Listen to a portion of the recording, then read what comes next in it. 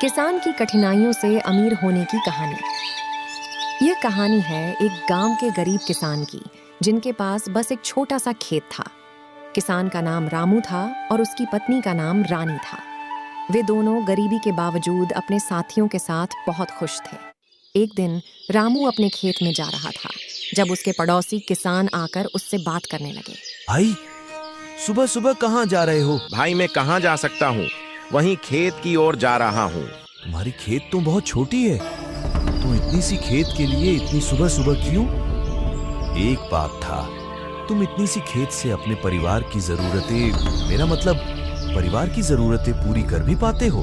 क्या बोलूं, सभी इच्छाएं तो क्या, दैनिक जरूरतें भी पूरी कर नहीं पाता हूँ। लेकिन क्या करूं, मैं खेत में काम करने के अलावा और कुछ कर नहीं पाता हूँ। इसीलिए कठिन परिश्रम कर रहा हूँ, शायद एक दिन में भी मेरे परिवार के सारे इच्छाएं पूरा कर पाऊं। मगर बातें तो होती रहेगी। मेरे ख्याल से अब मुझे चलना चाहिए, फिर कभी बात करेंगे। रामू दिन भर शाम होने तक अपने खेत में काम करता रहा। फिर वो सोचने लगा, 2 दिनों के बाद भी मेरे खेत की बुवाई पूरी कर नहीं पाया। वास्तव में मेरी खेत उतनी छोटी भी नहीं है, ये सिर्फ उन लोगों के बड़े खेतों के बगल में है, इसलिए छोटी लगती है। अगर मैं अच्छी तरह से इसमें खेती करूं तो पर्याप्त धन कमा सकता हूं। यही सोचते सोचते रामू शाम को घर लौटा।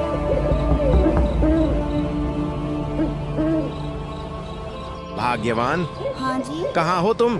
मुझे बहुत भूख लगी है, खाना बनी है तो दे दो। आज भी सुबह के बचा खाना खाना पड़ेगा। राशन खत्म होने को है, 1 महीना के लिए सोच के लाए थे, लेकिन अभी तो 1 महीना होना बाकी है। मुझे मेरे दोस्त जो एग्रीकल्चर डिपार्टमेंट में काम करता है, उसे मिलके आधुनिक फार्मिंग के बारे में जानकारी लेनी चाहिए। कल सवेरे होते ही रामू अपने दोस्त को मिलने के लिए गया। रामू ने अपने दोस्त के पास पहुंचकर खेत में हो रही सारे परेशानियों को अपने दोस्त को बताया। फिर उसके दोस्त ने सारे बातें सुन के रामू को सुझाव दिया। भाई, तुम्हें मकई की खेती करनी चाहिए।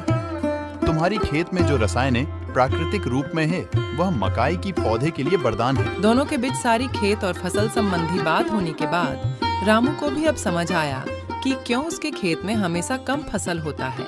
बहुत धन्यवाद दोस्त, तुम्हारे सलाह के कारण आज मैं जान पाया मैं क्यों पहले अधिक फसल की उपज कर नहीं पाता था। अगले दिन रामू के खेत में बारिश हुई। बारिश के कारण अब रामू के खेत में लगे फसल के पौधे और भी बेहतर हुए। भाग्यवान, देखो यह बारिश कितना फायदेमंद था। हमारा खेत और भी बहुत अच्छा दिख रहा है। सारे मकई की पौधे बिल्कुल खिल के आ गया है। मुझे लगता है इस बार फसल बहुत अच्छा होगा। हाँ जी, ये वाकई खुशियाँ देने वाली बात है। अब हमारा फसल बहुत अच्छा होगा। अब हमें और मेहनत करनी चाहिए ताकि हम और फसल पैदा कर सकें।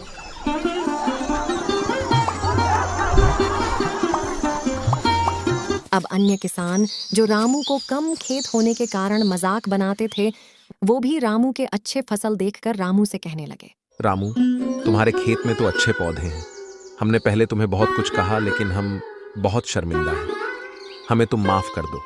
अब हमें भी तुमसे सीखना चाहिए कि बिना फल की चिंता करें कैसे मेहनत करना चाहिए। जरूर मेरे दोस्त, मैं तुम्हारे मदद करूंगा, लेकिन तुम मेहनत और जानकारी की ताकत को समझो। यह सब कुछ संभव हुआ है मेहनत और सही वैज्ञानिक और रासायनिक जानकारी के कारण। समय बीत गया और रामू के खेत से अधिक फसल पैदा होने लगी। जब फसल कटाई करके तैयार हुआ तो अच्छे फसल होने के कारण यह बात एक अमीर सेठ के कान में भी पहुंचा। तो वो सेठ रामू के घर में आकर, भाई, मैंने सुना था कि आपके पास अच्छी फसल है। हाँ जी, फसल तो है, लेकिन मैंने आपको पहचाना नहीं। मैं एक फसल व्यापारी हूँ। मैं आपसे आपका फसल हर साल खरीदना चाहता हूँ। ये तो बहुत अच्छी बात है। तो अभी के लिए ये रखिए। इतना सारा पैसा? ये तो सिर्फ मुंह दिखाई है। धीरे धीरे और समय बीती। रामू और रानी ने मिलकर मेहनत करना शुरू किया। वे अधिक जल, खाद और पौधों की देखभाल करने लगे। कुछ हफ्ते बाद उनके खेत में और खुदाई की गई और वे और मूल्यवान फसल जैसे हरी सब्जियां जो बाजार में अधिक दामों में बिक्री होते हैं, वो लगाए। और देखते ही देखते वे अमीर बन गए।